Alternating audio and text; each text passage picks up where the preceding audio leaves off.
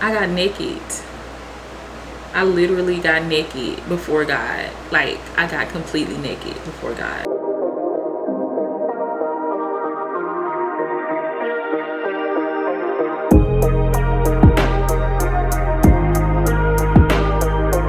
So hey y'all, welcome back to my channel, and this is gonna be the first video in a series that I'm calling Healing Out Loud. Okay, Healing Out Loud, because I'm on my healing journey, as I mentioned in my introduction video, and it's been quite a journey. It's been quite a journey, and I feel like there are just a lot of things that I feel like will help other people that are on their journey, or even if you haven't started your journey, you want to start a journey. My daughter, even if you haven't started a journey and you want to start a journey, I feel like, you know, these stories and these experiences that I'm going to share with you could be helpful, right? Because you never know who could use what you have on the inside of you. So that's the reason that I want to share my Healing Out Loud journey, and just to document it as well, right? I think it'll be a good thing to be able to look back on it in the future and say, wow, I remember that. So here is the first installment in Healing Out Loud. All right, you guys, so it started in 2005 was the start of my healing journey, and at the time I was doing photography full-time, because I've been doing photography since, wait, it wasn't 2005, it was 2015. Because I've been doing photography since 2008, but in 2015 I had just had my daughter a few years before, and in 2015 I decided to just take it seriously. I decided to take it to the next level and be a professional for real. Like, I had tried that before, because I had studios before, like I had a studio set up and all that, had business cards and all that before, like back in 2010, but I didn't take it as serious as when my daughter was born, because I had something more to live for. And so I felt like it was time for me to make more serious choices about the career that I wanted to have and how I was going to make money, right? So I decided that photography was going to be that path, even though I was actually in school for medical coding, and it bored the crap out of me. Okay, bored the crap out of me. Like, that was the first thing I was like, okay, I need to get serious about what I'm going to do about money since my baby is born. And I said, okay, let me just buckle down and get something done in the medical field. Whew. So I don't like blood and all that, so I thought medical coding would naturally be a fit for me, since I'm more clerical and technical, that type of vibe. But it was so boring. It was so boring. And then when I messed around and bought a camera just to be able to take pictures of her, and it took over. Okay, it took over. The passion for my photography just completely took over everything, and I quit school. And so I decided that I wanted to just be a photographer, and so I decided that, okay, how can I make this a real career? How can I make money out of it? And that's when I ran into my roadblocks, because I feel like starting any entrepreneurial journey and you don't know anything is going to teach you so much. I know for a fact it's going to teach you so much about who you are, because you have to be a certain type of person to be able to make it as an entrepreneur. I know that now. And I wasn't, okay? And so and I hit a lot of walls, and it was very much a struggle for me. I remember one day I was trying to, like, get my pricing together. I had my studio, like, I had all my ducks in a row, like, you know, I was serious, okay?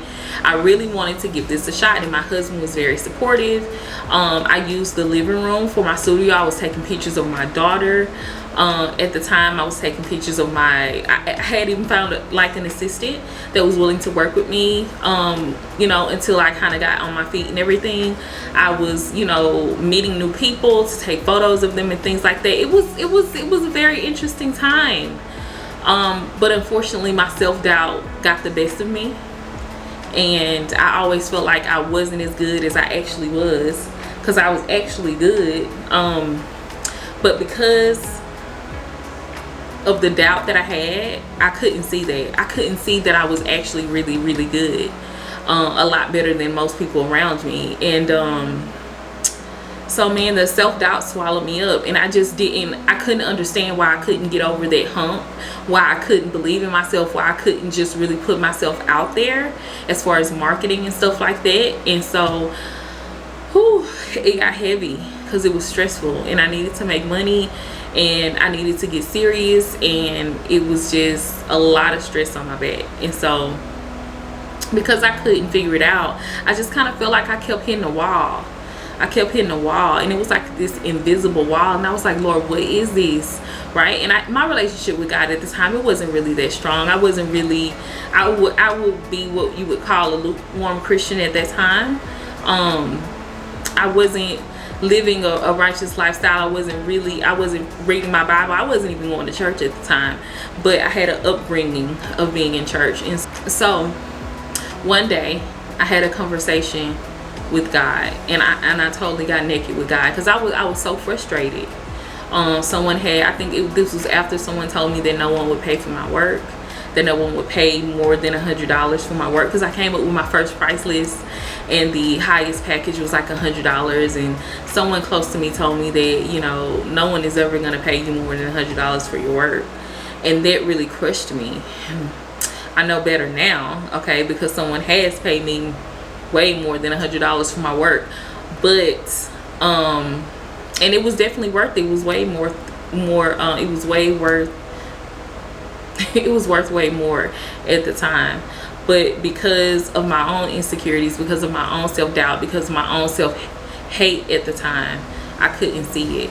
And so I had to, it just made me really upset. And so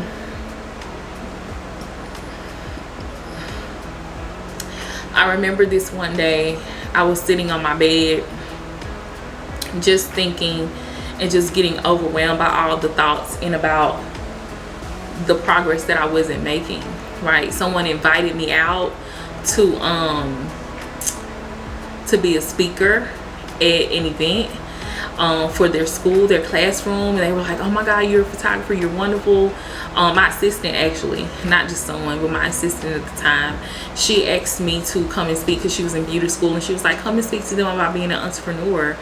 And I just feel so unworthy of that. You know, I was like, no. And then another girl asked me to be her mentor as a photographer. She was in high school, and she actually came to the house, and I showed her some things about how to use the camera and things like that. It was like for a school project. She had messaged me online and stuff like that. So, you know, I had some things going. I had the studio set up in my house. I had speaking opportunities. I had opportunities to shoot real estate for some people. I had opportunities to just do some really great things at the time. And I fumbled the ball because I was so full of self-doubt, and I didn't feel worthy of any of it. And so I sabotaged every relationship that I had. I sabotaged every connection that I had because I didn't feel worthy of it. And I just couldn't understand what was going on with me, right? At the time, I didn't realize that I was sabotaging everything, but I definitely was.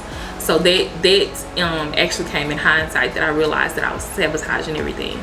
But I just couldn't really understand like why I wasn't progressing. So I was sabotaging everything, and I couldn't see it, right? Because I was just on auto mode at the moment. But I remember that I got so frustrated that I cried one day. I cried out to God, and I was crying crocodile tears, and I was like, God, please. And like I said, my relationship with God wasn't strong. I wasn't going to church, and I was doing whatever I wanted to do in my life. But I knew who God was, and I knew that if anybody could change it, it was going to be him. And so I cried out to him. I remember this prayer so vividly. I was like, Lord, please, with tears in my eyes running down my face, I was like, God, please help me.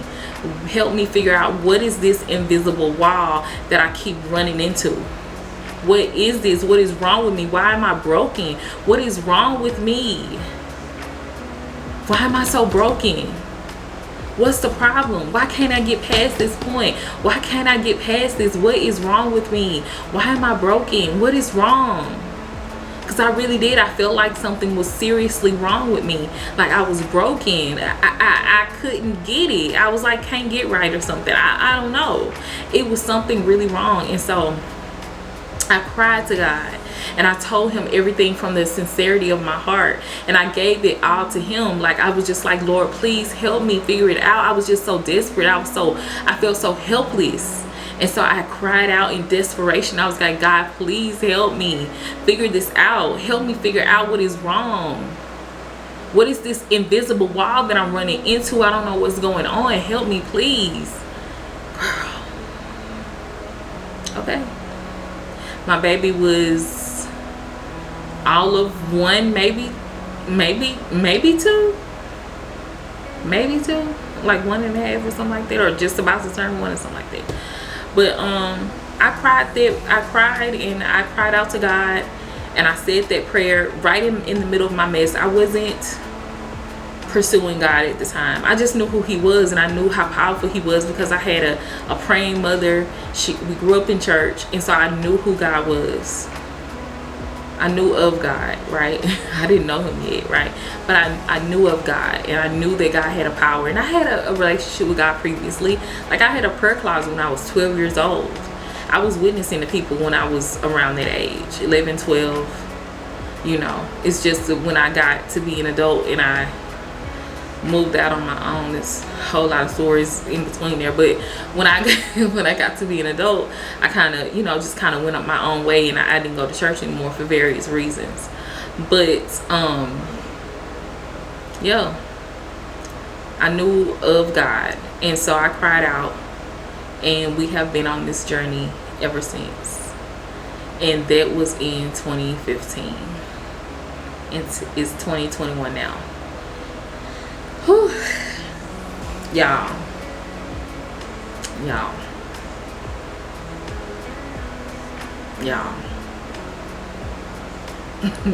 I love God so much because he heard my cry that day. He heard my cry that day, and I love that man.